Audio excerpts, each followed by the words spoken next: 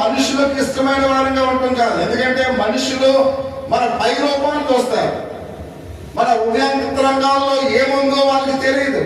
మన నటన వాళ్ళు చూస్తుంటారు, మన వేషం వాళ్ళు చూస్తూ ఉంటారు, మనము కపట మాటలు వాళ్ళు చూస్తూ ఉంటారు. కాబట్టి అందుకనే మోసగాడిని అందరూ నమ్మేస్తారు, మంచివాడిని ఎవరు కూడా నమ్మరు.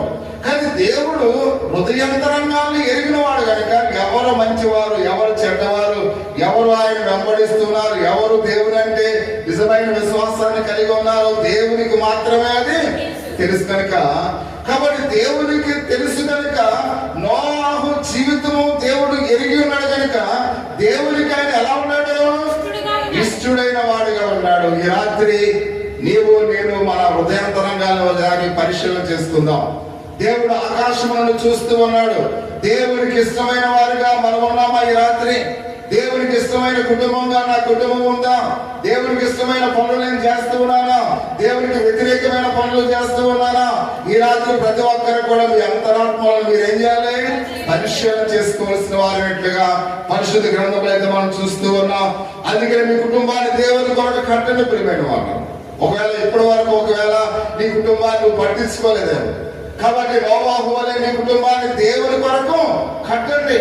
ఒకవేళ నీ కుమారులు గాని కుమార్తెలు గాని నీ భార్య గాని భర్త గాని అయితే నీ ఇంటిలో ఉన్న వారు గాని దేవునికి విరోధంగా ఉన్నారేమో, ఇంటి యజమానుడిగా నువ్వు సరి చేయడానికి ప్రయత్నించే యజమానురాలుగా నీ కుటుంబాన్ని కట్టుకో.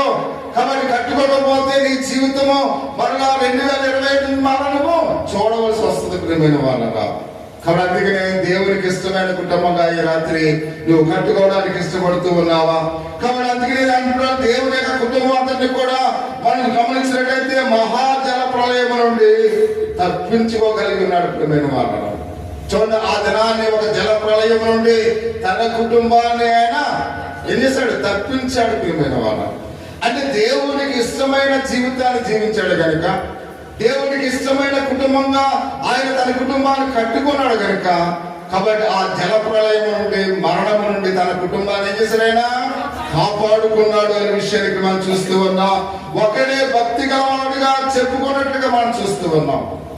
ప్రపంచాన్ని చూస్తున్నప్పుడు ప్రపంచం అంతా కూడా పాపంతో నిండిపోయింది, అక్రమంతో విస్తరించింది, చెడుతనాన్ని చేస్తున్నాడు. ఎందుకు ఈ మానవులు చేశారని ప్రభువే సంతాపపడి ఏడ్చాడు. ఆ ఏడుస్తున్న ఆ యొక్క సమయంలో ఒకే ఒక కుటుంబాన్ని చూసి దేవుడు సంతోషించాడు ప్రియమైన వాళ్ళరా. కాబట్టి ఈ రాత్రి నీ కుటుంబాన్ని గురించి ఆయన సంతోషించాలి. ఒకవేళ నీ ఇంటి పక్కన వాళ్ళు కానీ